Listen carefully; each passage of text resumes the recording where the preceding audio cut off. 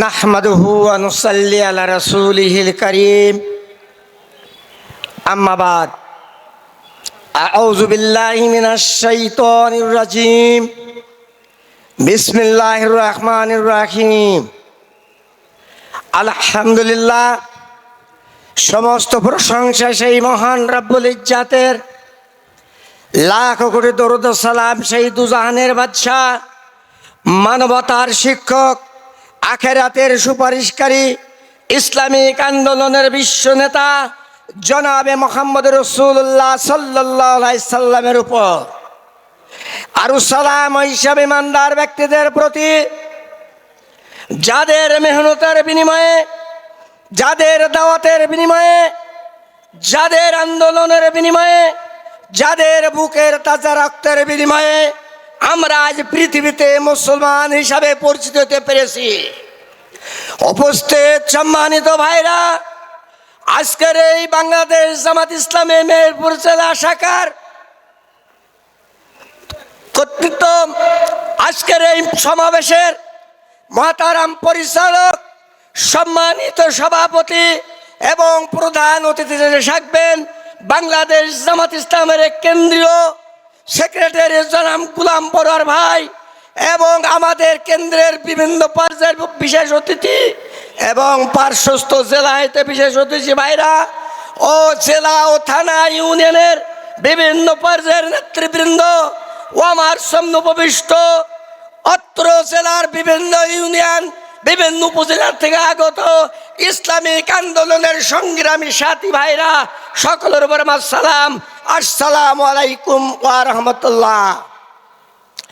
সম্মানিত ভাইয়ের আমার, আজ বিগত 16টা বছর পর আজ নির্যাতন, জুলুম, নিপীড়ন, খুনকে আল্লাহ তাআলা নিবারণ করে আজকে আমাদের মুক্ত অবস্থায় মেহেরপুর শামসুজ্জোহা পার্কে একত্রিত হয়ে ইসলামিক আন্দোলনের কাজকে বেগবান করবার জন্য যে সুযোগ করে দিয়েছেন, সেই মহান সত্তার উপর শুকরিয়া আদায় করি। সবাই বলেন আলহামদুলিল্লাহ। সম্মানিত ভাইয়ের আমার, আমরা আজ এখানে এসেছি আমাদের প্রিয় নেতা, আমাদের আদর্শিক নেতা জনাবে মুহাম্মদ রাসূল করিম সাল্লাল্লাহু আলাইহি সাল্লাম তার ইসলামের যে বাস্তব নমুনা দুনিয়ার বুকে রেখে গিয়েছেন এবং সেই আদর্শেই বাংলাদেশ জামাত ইসলামী এ দেশকে গড়ে তুলতে চায়। সম্মানিত ভাইয়ের আমার, সেই দাওয়াতি, সেই কলেমার দাওয়াত বাংলাদেশ জামাত ইসলামী দিয়ে যাচ্ছে। এই দাওয়াত কোনো নতুন দাওয়াত নয়। এই দাওয়াত দিয়েছে পূর্বের নবী পয়গম্বররা এবং তারাও আমরা যেভাবে জুলুম নির্যাতনে পড়েছি, সেই সময় পূর্বের নবী পয়গম্বররা এই ইসলামকে জমিনে বাস্তবায়ন করবার জন্য নির্যাতিত হয়েছে, তারা শুলে চড়েছে, তারা কারাগারে গিয়েছে। সম্মানিত ভাইয়ের আমার, আপনাদের জানা আছে ইব্রাহিম আলাইহিস সালাম কলেমার দাওয়াত দিয়েছিল, লা ইলাহা ইল্লাল্লাহ ইব্রাহিম খলিলুল্লাহ। তার নমরুদের জুলুম থেকে বাঁচতে পারে নাই। মুসা আলাইহিস সালামের সময় কলেমার দাওয়াত দিয়েছিল, লা ইলাহা ইল্লাল্লাহ মুসা কালিমুল্লাহ। মুসা আলাইহিস সালাম রেহাই পায় নাই। সর্বশেষ ঈসা আলাইহিস সালাম তার চৌঠা আসমানে উঠায় নিয়েছে। সর্বশেষ দাওয়াত দিয়েছিলেন আখির জামানার নবী, লা ইলাহা ইল্লাল্লাহ মুহাম্মাদুর রাসূলুল্লাহ। আল্লাহ রসুল আবু জেহেলের জুলুমকে, জুলুম অত্যন্ত সাহাবে কেরামদের উপর নির্যাতন চালিয়েছে। রসুলের গায়ে 632টা দাগ ছিল, দন্দন মোবারক শহীদ হয়েছে, হামজার কলজে গেছে, তালহার 80টা তীর গেছে, অসংখ্য সাহাবীদের জীবন গিয়েছে। 27টা যুদ্ধের নেতৃত্ব দেবার পরে রসুল ইসলাম প্রতিষ্ঠিত করে গিয়েছে।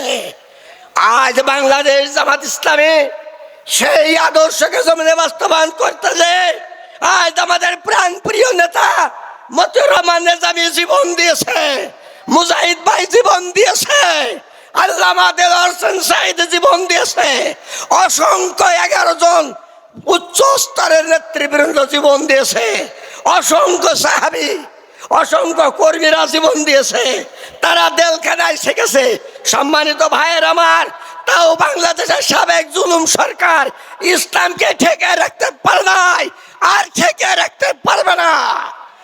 আজ বাংলাদেশ জামাত ইসলামী আজ যে আন্দোলনে নেমেছে, এমন একদিন আসছে সেদিন বাতিলকে পরাভূত করে এই বাংলার জমিনে ইসলামের পতাকা উঠবে। বাংলাদেশ জামাত ইসলামী দেশের নেতৃত্ব দেবে ইনশাআল্লাহ। আল্লাহ তাআলা আমাদেরকে এই আমাদের বাংলাদেশ জামাত ইসলামের এই রসুলের আদর্শিক নেতৃত্ব আমরা যদি মানতে পারি, আনুগত্য করতে পারি, এই প্রত্যাশা ব্যক্ত করে আমি আমার কথা শেষ করছি। আখিরি দাওয়ানা আলহামদুলিল্লাহি রাব্বিল আলামিন। আসসালামু আলাইকুম ওয়া রাহমাতুল্লাহ।